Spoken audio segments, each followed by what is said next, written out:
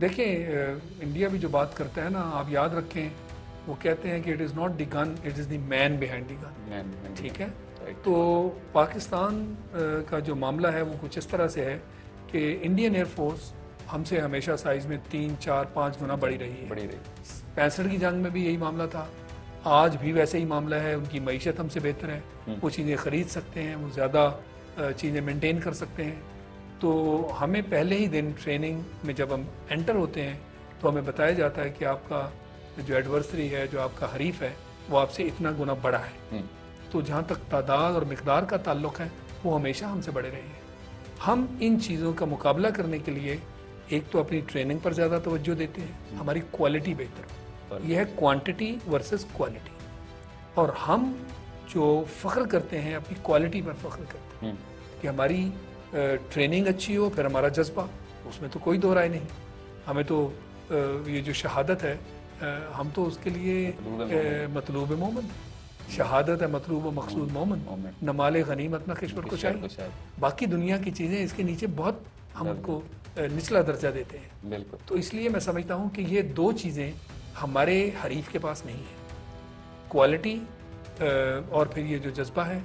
हम क्वालिटी के लिए मेहनत करते हैं, हमें पता है कि हमारा बड़े दुश्मन से मुकाबला है, हमारी क्वालिटी उससे बेहतर होनी चाहिए, ये हमारी ट्रेनिंग का हिस्सा है।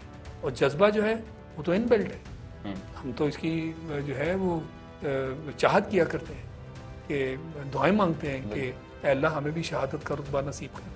और ख़ासकर हम लोग जो फ़ौज में हैं, हम तो वहाँ इसलिए तो नहीं गए क्योंकि हमने पैसा कमाना है, हम तो मुल्क की खिदमत के लिए गए हैं। और हमारा ताल्लुक़ डायरेक्ट इसी शोबे से है कि हमें जिस जो यूनिफॉर्म पहनकर हम मुल्क की खिदमत के लिए हाज़िर हुए हैं, इस मुल्क के जो फ़िज़ाई हुदूद हैं उनका हमने दिफा। जैसे जब F-16 आया था तो उससे पहले जहाज़ जो हैं वो रवायती तरीके से जो बना करते थे, उस वक़्त की रवायती तरीका। F-16 एक बहुत बड़ा जंप था और इस जहाज़ को हम कहते हैं फ्लाई बाय वायर। पहले तो हमारे वो कंट्रोल्स थे, वो मूव करते थे, उसके अंदर बाकायदा मैकेनिकल सिस्टम्स थे, उनकी मूवमेंट से जहाज़ जो है उसका सारा कंट्रोल होता था। अब ये प्रेशर सेंसिंग बन गया, फ्लाई बाय वायर। इसमें इलेक्ट्रिकल वायर्स हैं, इलेक्ट्रॉनिक है सारे का सारा, और आपके हाथ जिस कंट्रोल कॉलम पे पहले हम उसको हिलाते थे और मूव करते थे, अब सिर्फ उसके ऊपर हमारा प्रेशर होता है, उस प्रेशर को जहाज सेंस करता है। ये एक नया कॉन्सेप्ट था, F-16 से एक नया कॉन्सेप्ट आया जो कि हमने अडॉप्ट किया। मुश्किल हुई हमें इस पे अपनी ट्रेनिंग लेने में भी। अब जो अगला 5th जनरेशन आ रहा है वो है स्टेल्थ, यानी खुफिया। आप इसको समझ लें कि इसका जो प्रेजेंस है वो रडार पे नज़र नहीं आया करेगा। ये स्टेल्थ टेक्नोलॉजी है, ये एक और टेक्नोलॉजी आ गई है। तो ये है जिसको आप कहते हैं किस जनरेशन का जहाज़ है, उसके अंदर जिस तरह से जहाज़ बन रहे होते हैं उसमें एक इतना बड़ा जंप आता है कि वो उन जहाज़ों से बिल्कुल मुख्तलिफ हो जाता है।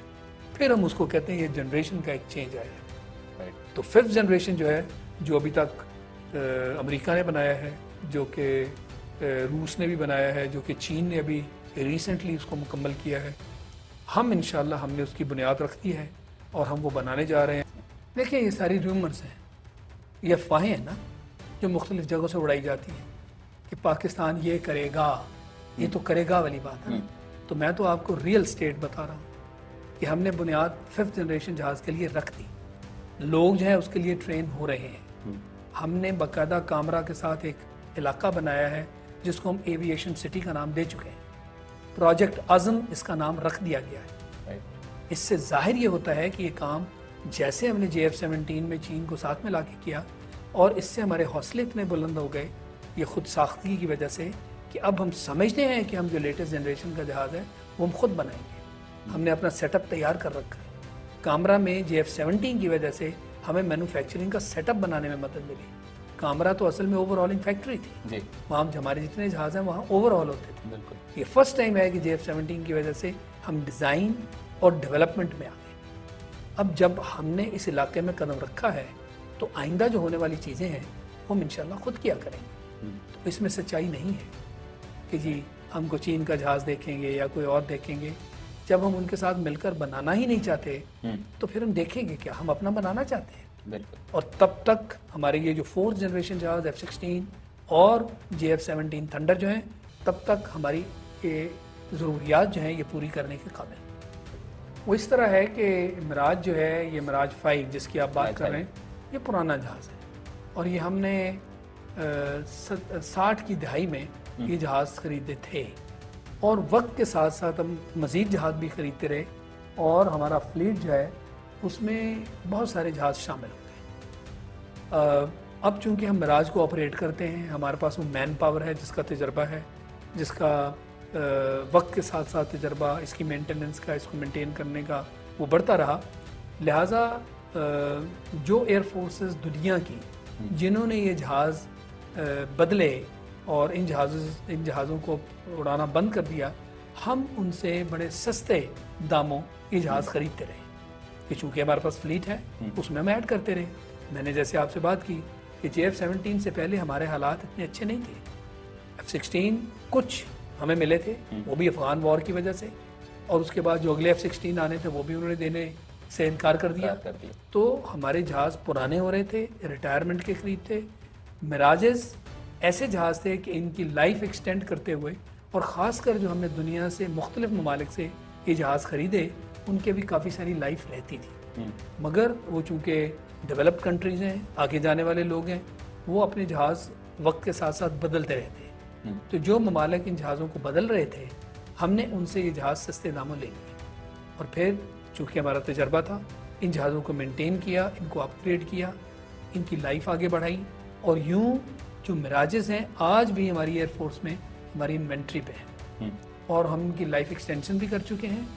अगला हमारा टारगेट जो है वो यही है कि मिराजेस को ख़त्म करके उनकी जगह भी JF-17 उन स्क्वाड्रंस को दिए जाए। तो जब तक वो हमारा टारगेट मुकम्मल नहीं होता, ये जो इजिप्ट के मिराजेस हैं, ये भी हमें इसी तरह की डील में मिल रहे हैं कि वो इनको ख़त्म कर रहे हैं, लिहाजा उनके लिए तो कॉन्डेम है कि ख़त्म शुदा है, हम कुछ उनको रकम देकर उनसे ये जहाज़ लेने जा रहे हैं। तो इस तरह हमारी मिराज फ्लीट का ये भी हिस्सा बन जाएंगे जो कि ऑलरेडी हमारे पास है। ये कोई नया जहाज़ नहीं है, ये पुराना जहाज़ है और हमें चूँकि नंबर्स चाहिए, हम अभी तक उस स्टेज पर नहीं पहुँचे, अपनी प्रोडक्शन हमारी इतनी नहीं हुई कि मिराजेस को भी हम रिप्लेस करें। लिहाजा जो JF-17 100 के करीब हम ऑलरेडी रिप्लेस कर चुके हैं।